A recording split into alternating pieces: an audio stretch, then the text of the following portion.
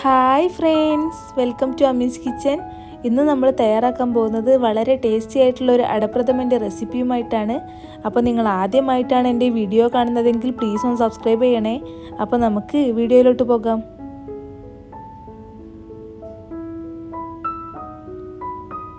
നമ്മുടെ ഈ അടപ്രഥമൻ തയ്യാറാക്കാൻ വേണ്ടി ഞാനൊരു പാനിൽ ഒരു 1/4 കപ്പ് വെള്ളം ഒഴിച്ചു കൊടുത്തിട്ടുണ്ട്. എന്നിട്ട് അതിലേക്ക് 2 ടേബിൾ സ്പൂൺ പഞ്ചസാര ചേർത്ത് കൊടുത്തിട്ടുണ്ട്. നമുക്കിതൊന്ന് കാരമലൈസ് ചെയ്തെടുക്കണം. അപ്പോൾ ആദ്യം ഹൈ ഫ്ലെയിമിൽ വെച്ചിട്ട് വേണം ഇതൊന്ന് കാരമലൈസ് ചെയ്തെടുക്കാൻ വേണ്ടിയിട്ട്.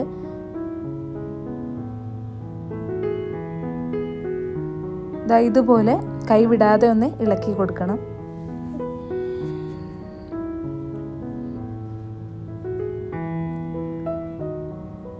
ഇപ്പോൾ ഇതൊന്ന് കുറുകി വന്നിട്ടുണ്ട്. ഇതുപോലെ തിക്കായി കഴിയുമ്പോൾ നമുക്കിതൊന്ന് ലോ ഫ്ലെയിമിലേക്ക് ആക്കി വെച്ചിട്ട് വീണ്ടും ഇത് ബ്രൗൺ കളർ ആകുന്നത് വരെ നമുക്കിതൊന്ന് ഇളക്കി കൊടുക്കാവുന്നതാണ്. ഇപ്പോൾ ഏകദേശം ബ്രൗൺ കളർ ആയിട്ടുണ്ട്. അപ്പോൾ നമ്മുടെ പഞ്ചസാരയൊക്കെ ഒന്ന് കാരമലൈസ് ചെയ്ത് വന്നിട്ടുണ്ട്. അപ്പോൾ ഇനി നമുക്ക് ഇതിലോട്ടേക്ക് 1 ടേബിൾ സ്പൂൺ നെയ്യ് ചേർത്ത് കൊടുക്കാം. ഇനി ഈ നെയ്യൊന്ന് മെൽറ്റാക്കി എടുക്കണം. അതുവരെ നമ്മൾ നന്നായിട്ടൊന്ന് ഇതെല്ലാം കൂടി ഒന്ന് യോജിപ്പിച്ചെടുക്കണം.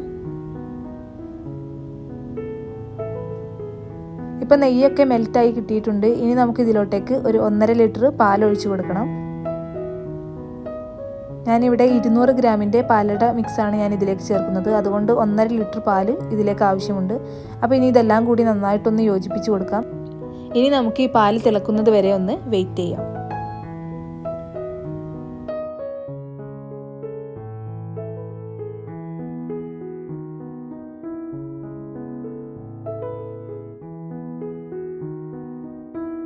അപ്പോൾ നമ്മുടെ ഈ പാലട പ്രഥമൻ തയ്യാറാക്കാൻ വേണ്ടിയിട്ട് ഞാനിവിടെ ഈസ്റ്റേണിൻ്റെ ഇൻസ്റ്റൻറ്റ് പാലട മിക്സാണ് ഇവിടെ ഉപയോഗിക്കുന്നത്.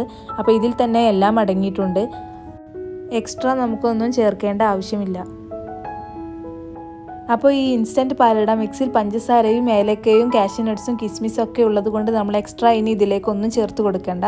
അപ്പോൾ നമുക്ക് പാല് തിളച്ച് കഴിഞ്ഞാൽ നമുക്ക് ഇതിലോട്ടേക്ക് നമ്മുടെ ഈ പാലട ഇൻസ്റ്റൻറ്റ് മിക്സ് ഇതിലോട്ടേക്കൊന്ന് ചേർത്ത് കൊടുക്കാം. അപ്പോൾ ഞാൻ ഈ ഇൻസ്റ്റൻറ്റ് മിക്സ് ഇതിലോട്ടേക്കൊന്ന് ചേർത്ത് കൊടുക്കുന്നുണ്ട്. ഇനി ഇതെല്ലാം കൂടി നന്നായിട്ടൊന്ന് മിക്സ് ചെയ്തിട്ട് ഇനി ഇതൊരു 30 മിനിറ്റോളം നന്നായിട്ടൊന്ന് കുക്ക് ചെയ്തെടുക്കണം. നമ്മുടെ ഈ അടയൊക്കെ നന്നായിട്ടൊന്ന് വേവാൻ വേണ്ടിയിട്ടാണ് ഈ ഒരു 30 മിനിറ്റ് എടുക്കുന്നത്. ഇതുപോലെ ഇടവിട്ട് നന്നായിട്ട് തന്നെ ഇതൊന്ന് ഇളക്കി കൊടുക്കണം.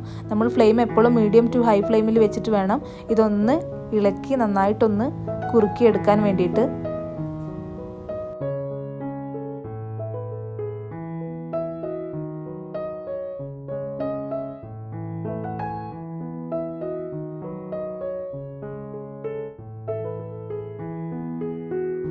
ഇപ്പോൾ ഏകദേശം 30 മിനിറ്റ് ആയിട്ടുണ്ട്. അപ്പോൾ നമുക്കിനി ഇതിലേക്ക് 1 ടീസ്പൂൺ നെയ്യ് കൂടി ചേർത്ത് കൊടുക്കാം.